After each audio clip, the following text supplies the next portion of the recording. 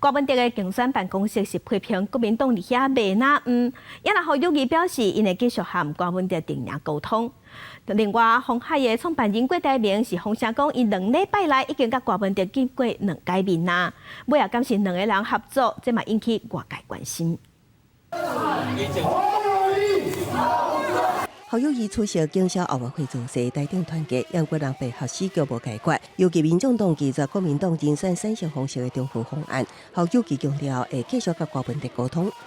我们会不断的继续沟通，把大家共同合作政党轮替做我们最重要的目标跟方向。国民党现在好像不是折中，现在好像是在讨价还价。球评是你们的，球员是你们的，球迷也是你们找来的，连场地都是你们举行的，你们在做球员兼裁判的感觉。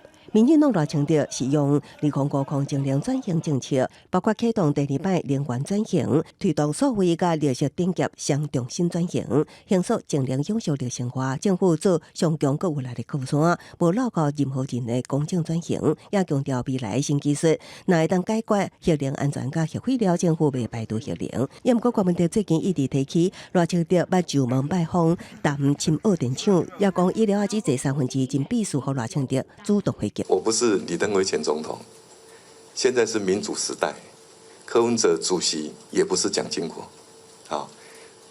他也不必以蒋经国自居。我未曾登门拜访过柯文哲市长。柯文哲从来没有以蒋经国自居啊。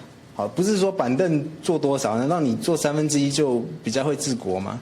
难道你坐板凳坐满就比较不会治国吗？恐怕这不是事情的重点啦。另外，郭台铭73岁生日半暝啊，伫面册发文表示，有一种愈来愈确定的情绪伫内心发酵。尤其最近传出郭文哲2人2礼拜内至少见过2摆，互过关合亲像出现希望。那郭台铭副手搭配的赖培霞也伫面册发文，19已经确定成功放弃美国籍。记者综合报道。